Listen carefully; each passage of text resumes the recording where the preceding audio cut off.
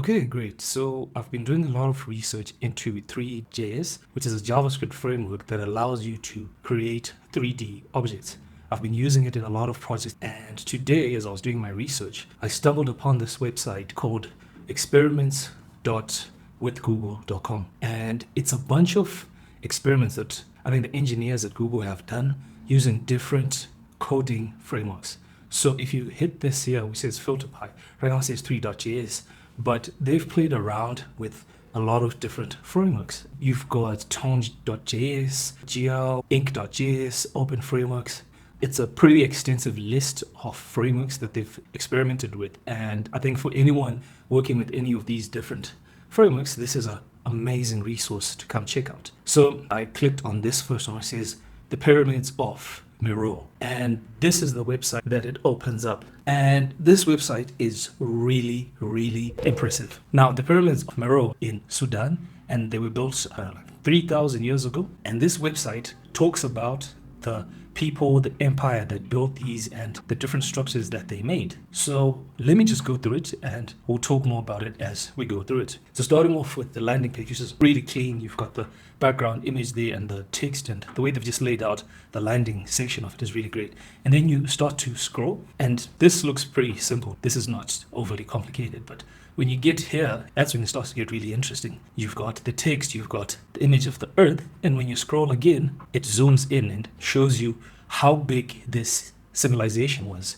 It stretches all the way from Sudan to Egypt. And then you scroll again, and it shows you the epicenter of where this civilization was placed. And if you keep going, and then it zooms in, start speaking of these Nubian pyramids, and keep going. That transition is crazy. I think I need to go backwards. Look at this transition. All of this is done with Three.js, which is absolutely impressive. So that transition into the pyramid, it shifts into this new view, and now you can see the pyramid. What's also interesting is you can view this in augmented reality if you have that on your phone, and then you keep scrolling. That pivot, that change in degrees and angle of how you're perceiving this, you keep going. It shows you exactly how they were built. Not sure if this is exactly what they did, but at least they try to explain it. And yeah, who built them, the people that built them. It keeps going, shows you the internal structure of what's actually inside this. And then into the chamber itself.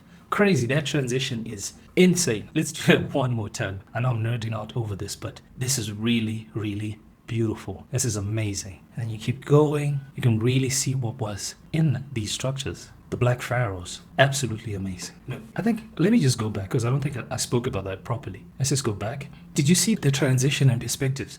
So we came from here, right? And then we entered, and now we're seeing information on the front facing wall. And if I scroll down again, it then shows you this wall. Three.js has an understanding of 3D space, and you can organize information in 3D space. If you think of most websites, they're in 2D space, right? But with Three.js, it breaks those constraints. Now you're building a 3D web, right? And now we're pivoting back to the other side. I'm sure if you wanted, you could actually also point the camera to the roof and see what's on the roof. So that is really impressive. And then perspective shift. Again, now we've moved back.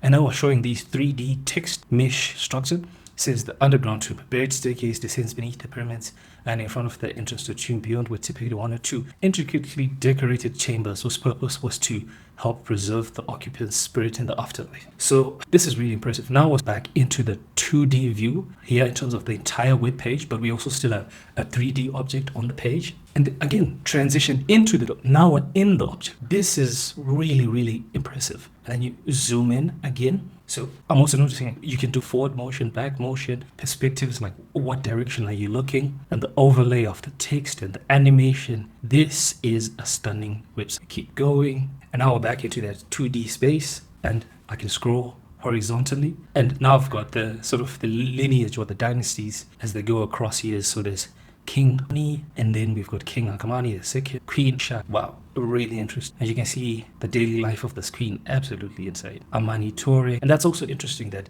this civilization had queens and kings, right? At certain points, they were also led by females. And then hieroglyphic, interesting. Let's actually read. The Meroitic language, a lot of our language mirrors based on the writings of ancient, which is biased and could be untrue. This because we don't fully understand the Meroitic language. There are two forms, cursive and hieroglyphic.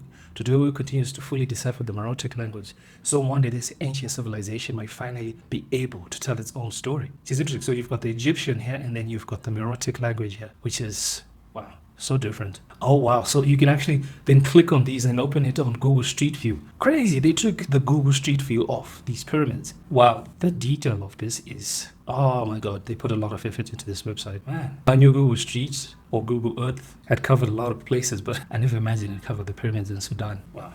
Absolutely insane. See what else is on the page. At World Heritage Site and in the footer. So yeah, this is a quick walkthrough of this incredible website. And just to show the power of Three.js, and there's so many other websites that Google has built that we can all explore and learn from. So this is really impressive, and just encourages me to keep learning more about Three.js as a framework and what's possible with it. So if you got this far and you're really interested in how you can leverage 3D within your application, then definitely get in touch with us at Focus. We can help you implement something like this within a bubble application and really level up what's possible in terms of how information is displayed in 2D and in 3D. So if you're interested in that, just get in touch with us and we'll be happy to help you. All right, cheers.